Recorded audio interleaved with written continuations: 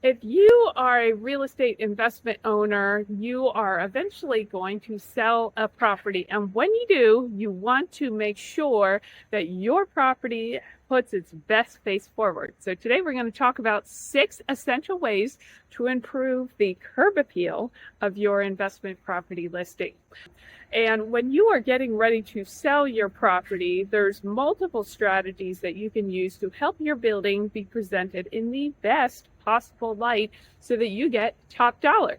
So the first thing that you want to do is to think about your curb appeal. I mean, does it look nice? If you pulled up to the property as the future owner, would you say, yeah, I would be proud to own that property? So even though with investment properties, it's all about, at the end of the day, the income that it makes, you still want to make sure that that property presents well, because that'll leave a lasting impression on the buyer and make them more willing to pay top dollar for that asset. A simple and quick, easy thing to do is to look at your signage. So even if there's no like monument sign for the apartment, if you just have numbers on your units or maybe a directional sign, make sure that they're new, that they look modern, and they're easy to find, because just that little detail will help to give a good, better impression of your property. The second thing is to refresh with a long-term vision in mind. So anytime you can update something so that the future owner is not going to have to take care of that, that's going to, in their mind, help to build value in the asset. So great example would be to put in vinyl flooring in at least some of the units, if not all of them. If you don't have the budget for all, do a few so that you can see what the future potential is for not just the appeal, but the rents that having nice quality, durable updates to a property will provide. The third thing is to address any maintenance or deferred repair items. So this can come up in several different methods. So, if you have a buyer who comes and writes a contract for a property, if there's problems, there's very possible they're going to come back and retrade and ask for a discount on the property if they find problems. So get ahead of it and address the problems anyway. If you know that the roof is old, or if there's, an electrical line that needs upgraded or something foundational to the property that's important, make sure you update that. In a lot of municipalities, you will have code inspections when a property sells as well. So especially if you're going to have that inspection, maybe order it ahead of time and get done any safety and maintenance items that they would require, so that it's not a problem down the road when you do sell your property, and it could just be another reason for the transaction to fall apart. Right now, especially too, insurance is a really big hotspot.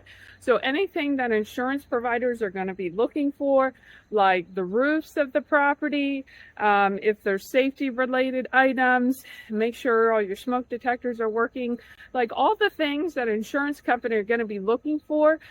Keep those in mind and address those, because when your buyer goes to get insurance on the property, again, you want to anticipate that problem so that there's no excuse for the buyer to ask for a discount in the price or to create a problem or terminate your transaction.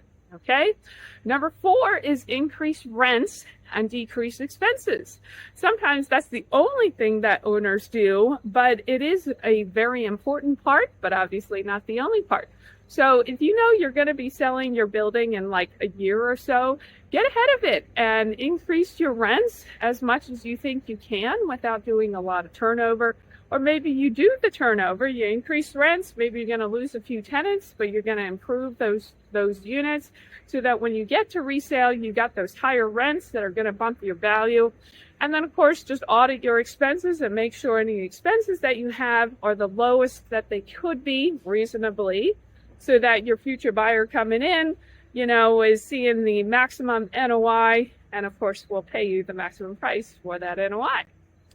Number 5 is your common areas. This is something that a lot of people tend to neglect, but if you have common areas, like let's say it's just outside and you can throw up a picnic table, or you have a little area where you create a dog park or something, anything like that where you can create some amenities that's not only appealing to your tenants, but of course that's appealing to your buyer, because they know it's appealing to your tenants, going to help you be able to lease the property and command more rent. So make sure you don't neglect your common areas.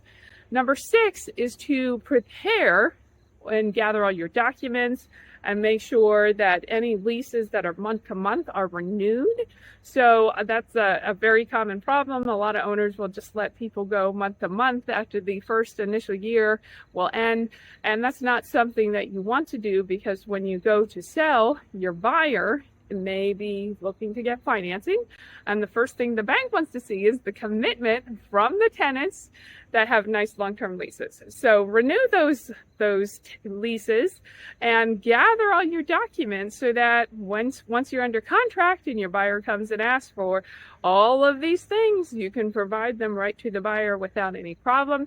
And then also signals to your buyer that you're organized, that you keep good records, and that most likely the NOI that you say you have, net operating income, is actually true. And again, they'll want to pay you top dollar. So those are 6 essentials for when you sell your apartment or investment property. And if this video brought you some value, please like, share, and subscribe. And if you're looking for investment property in Pennsylvania or Maryland, please reach out to us. We're happy to help.